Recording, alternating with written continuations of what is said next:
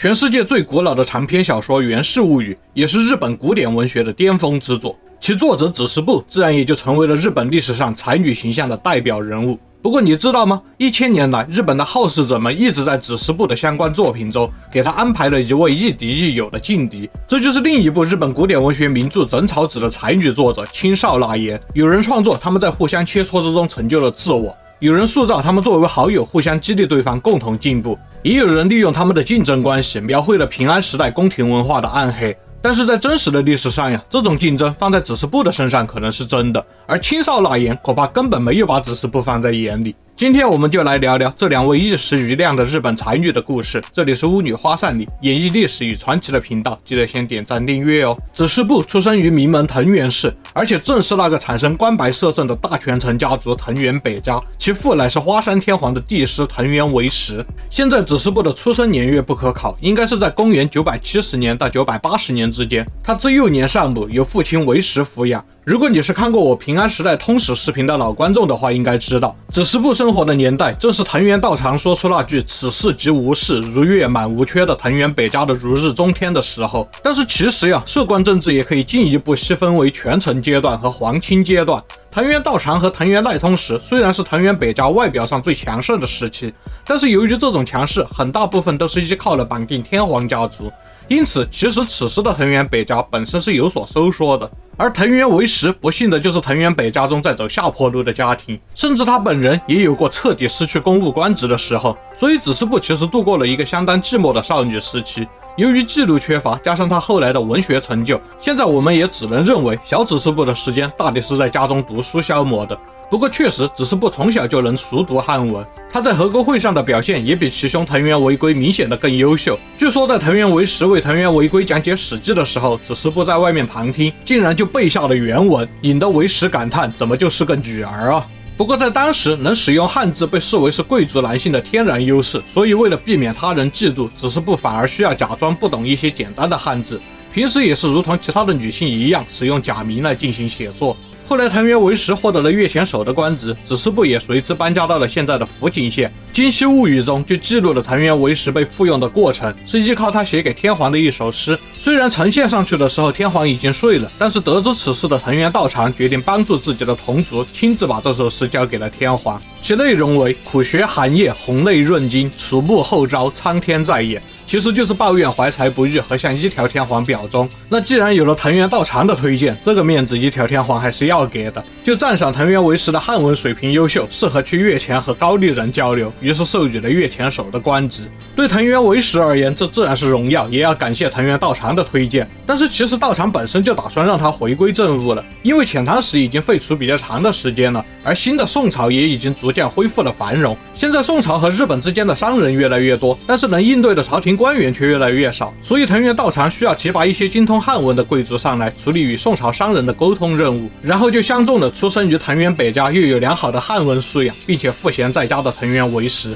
于是藤原为实一家人就在越前生活了2年。回到京都的时候，子时部已经超过了25岁，非常急着要嫁出去，最后就嫁给了比他年长大约20岁的藤原宣孝。虽然这时藤原宣孝已经3婚了，不过两人婚后关系还是不错的。第2年两人的女儿出生，但是就在女儿出生之后不久，藤原宣孝就死于一场传染病。直到这个时候，子时部依然才华不显，在外人的眼里还是个错过了婚期又丈夫早逝的可怜贵族女子。但是同一时间，青少纳言已经是当时著名的才女了，在宫廷中广受崇拜。青少纳言是当时著名的文人清源元辅之女，自小有博学之名。她曾经有过丈夫并有一子，后因性格不合而离婚，之后就在宫中做藤原定子的侍女。这位藤原定子的地位就很高了。一条天皇7岁登基，并且体弱多病，少年时代相当的消沉。11岁时，那14岁的藤原定子入后宫。定子他不仅自己的性格活泼开朗，而且他的父亲是擅长饮酒社交的藤原龙道，他也是藤原道长的兄长，母亲则是以汉诗和教养闻名的高阶贵子。这样的条件对于一条天皇来说，于公于私都是巨大的助力，两人的关系非常和睦。定子于是在宫中建立了以侍女们为核心的社交沙龙，青少纳言便是这个沙龙的成员，并且在沙龙中更新他的作品《枕草子》。《枕草子》中就描写了很多定子和侍女们充满教养的风雅互动，就类似于魏晋名流集会之后某个大佬留下的传世名篇这个样子。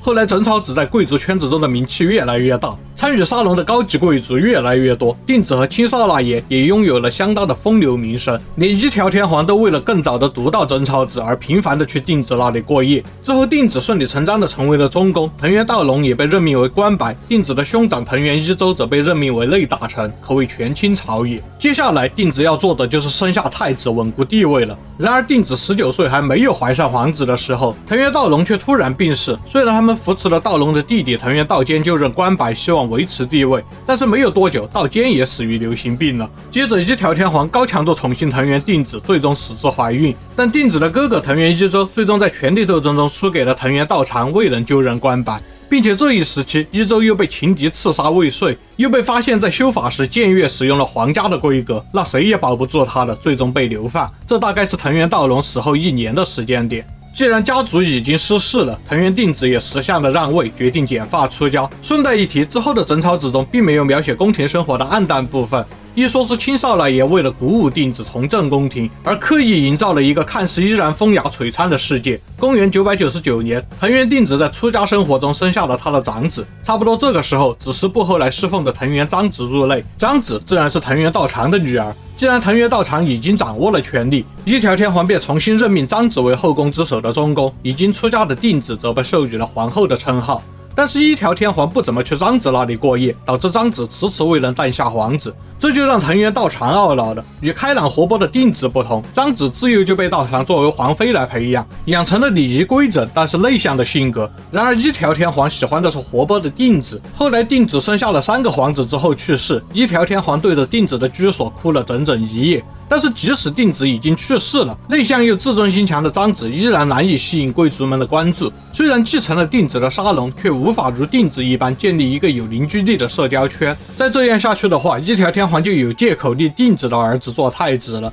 这个时候藤原道长注意到了，一条天皇是子时部的连载小说《源氏物语》的读者，子时部是在丈夫去世的悲伤中获得了灵感开始的创作。这时《源氏物语》已经在贵族圈子中有所流传，逐渐引起了道长的注意。由于一条天皇也追更新，道长便希望由子时部成为章子的家庭教师，并且帮助章子主持名流沙龙，以此吸引天皇更频繁地找章子过夜。性格内敛的子时部起初不愿意进入宫廷，但是他无法拒绝已经只手遮天的藤原道长，还是就范成为了章子的侍女。其实这个时候青少纳言已经离开了宫廷，但是贞操子依然深受贵族们喜爱，许多贵族都怀念定子时期的沙龙。虽然子时部才华出众，但是还是免不了被拿来与青少纳言对比。加之子时部的性格不喜欢抛头露面，初入宫廷的几个月一直都难以融入其他侍女们的圈子，直接重振沙龙走不通。那为了让一条天皇更加亲近章子，就只能创作出比贞操子更吸引天皇的作品了。于是子时部全力投入到《源氏物语》的创作中，之后果然《源氏物语》的人气急速上升，章子的沙龙也因此活跃了起来。最终在藤原道长的支持之下，子时部完成了这部长篇巨著，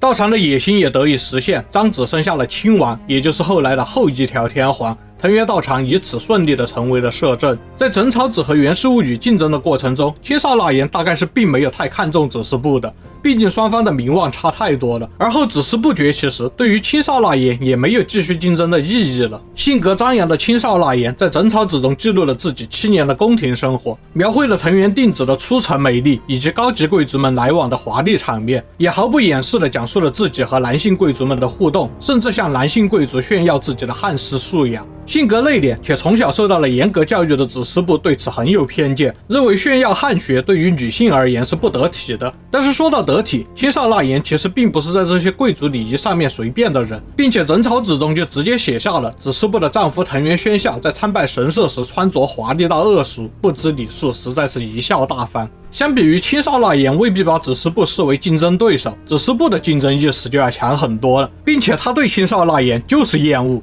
在子时部日记中，他就写下了青少纳言喜欢炫耀汉文学时令人不悦，以及青少纳言是那种喜欢标榜与众不同的人，哪怕让作品变得荒唐，也陶醉于所谓的华丽辞藻。这样的人没有作为人的自然天性，华丽的背后只有空洞，可以说是敌意相当的明显。总的来说，青少纳言的创作更像是欲性发涌，偶成几章，就如同他崇拜的诗人白居易，而子时部则是在超越贞操子的动力之下，创作出了不朽的《源氏物语》。最终，《源氏物语》和贞操子都成为了传世名作，1000年后的今天，仍然是这个国家的教科书中的日本文化常识。两本书背后的平安时代的宫廷斗争，也让后世千年的创作者们搞出了各种两人竞争的故事。不过青少那言是有点躺着中枪就是了。都看到这了，别忘了点赞订阅哦，我们下期再见。